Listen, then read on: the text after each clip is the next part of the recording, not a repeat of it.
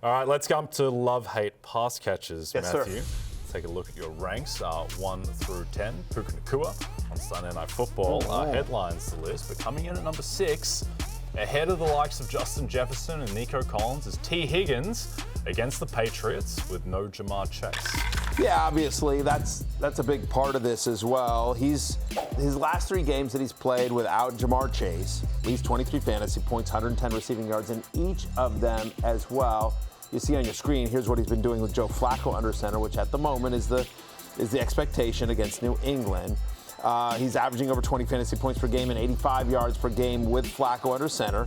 He's been seeing at least a 20% target share. So, in essence, basically, he's already got a nice role in this offense. And now Jamar Chase, who commands such a massive target share, won't be playing as well. Now, there's a concern, of course, that will he be shut down a little bit by Christian Gonzalez? This is a pretty good defense for New England. But I think Higgins is good enough. They'll move him around enough as well that they'll be able to get him the ball. It's worth noting that even with Gonzalez, wide receivers that have seen at least 7 targets against the Patriots this year, and obviously we expect Higgins to get at least 7 targets, they're averaging 18 fantasy points per game. So just volume, Higgins' talent, and just kind of like the laser focus on him gets you there, I think. Yep. By the way, the point spread on that one, which was Patriots -9 a couple days ago, is now down to Patriots -6.5. So do you think that's people hedging their bets that there's a chance Burrow plays? Yeah, a little bit. I think it's more like the line won't close 6.5. It won't be 6.5. It's either going to go closer to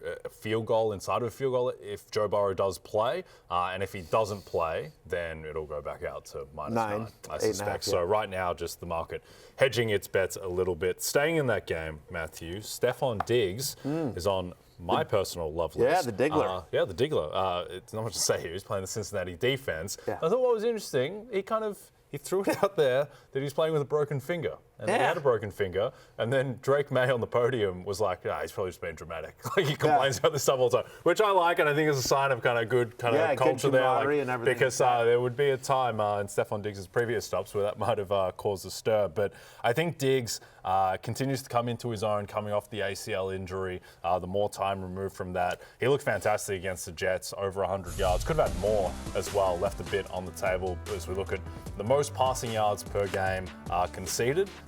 Pittsburgh Steelers are number 1 only because they played Joe Flacco on that Thursday night game, but the Bengals are second, which is stunning when you think about how much they give up on the ground as well. But I think ultimately Stephon Diggs should do whatever he pleases against the Bengals. And also if Joe Burrow does go, which I don't think he will, but if he does, then that would imply that the game is going to be closer and that the Patriots don't have to queue in the rack for the fourth quarter and are throwing throughout.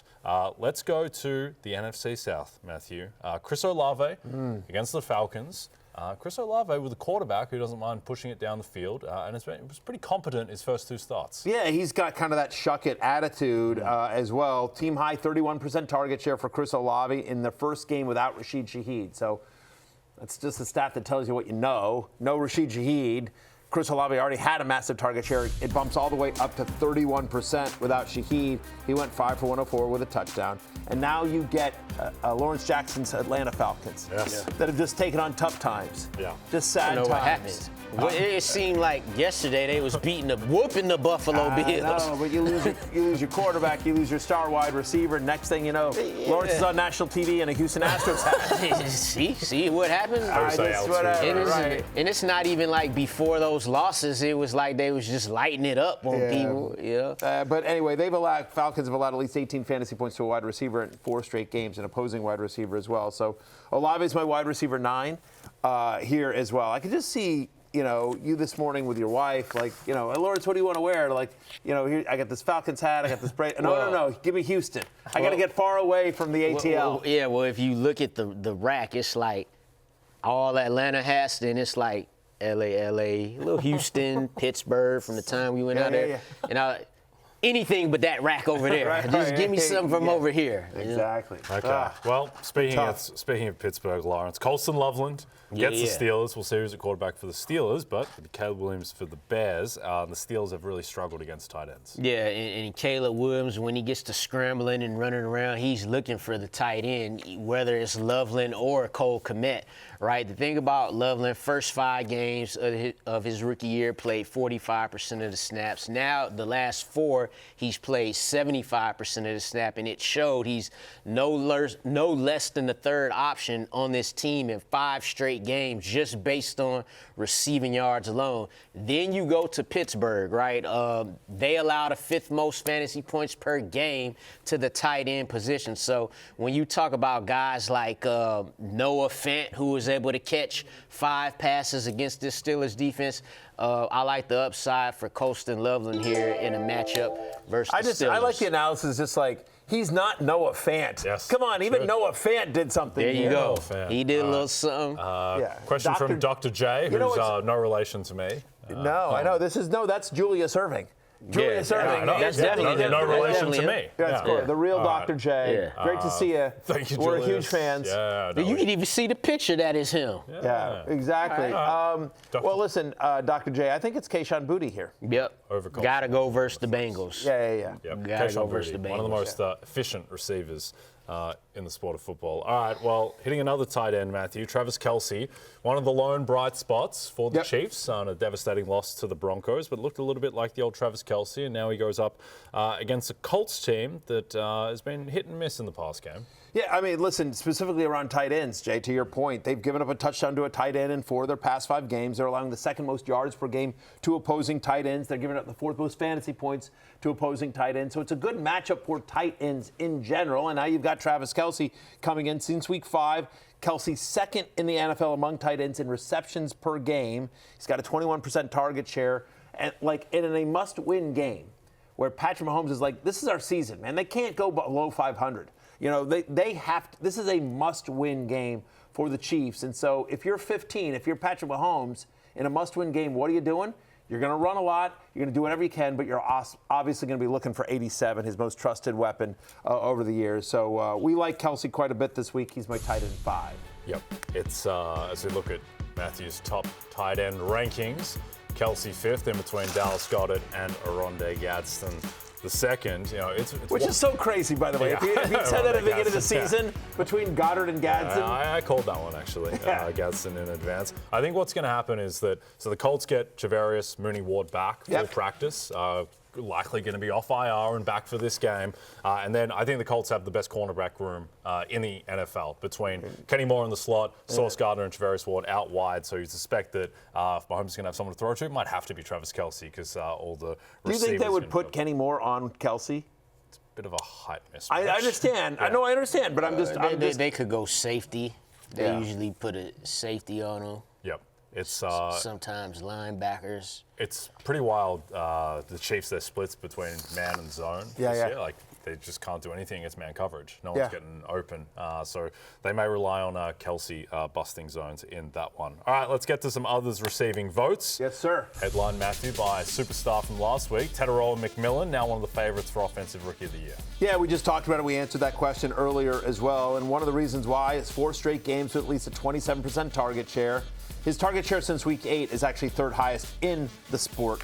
Since week 5, Jay, the 49ers, by the way, allow the most fantasy points to opposing wide receivers. We saw what Michael Wilson did to him last week as well. How about Jameson Williams, who, since Dan Campbell took over the play calling 2 weeks ago, he's been a top 10 wide receiver in back-to-back weeks. Giants allow the 5th most yards to wide receivers. The aforementioned Wilson gets Jacksonville this week, who allows the 4th most yards per game to perimeter wide receivers. Team high 32% target share for Wilson last week. No Marvin Harrison Jr. this week. Your man, Alec Pierce, makes the list, AP. Jay. AP. The greatest AP to ever play football. 1,000%, sure. Since week 7, he's the 17th best wide receiver in fantasy, 26% target share during that stretch. Kansas City, since week 7, allows the highest completion rate on passes of 15 or more air yards. And then finally, I got some bad Cincinnati Bengals stats. You want to hear some? Yeah. Right on me. So, no team in the NFL has allowed more yards to opposing tight ends than the Cincinnati Bengals. No team in the NFL has allowed more touchdowns to opposing tight ends than the Cincinnati Bengals. No team in the NFL has allowed more fantasy points to opposing tight ends than the Cincinnati Bengals. Hunter Henry is a tight end. Therefore, ipso facto, ergo, obviously, it's your second Hunter ipso Henry. facto of the show. Yeah, I'm going to use ipso facto quite a bit.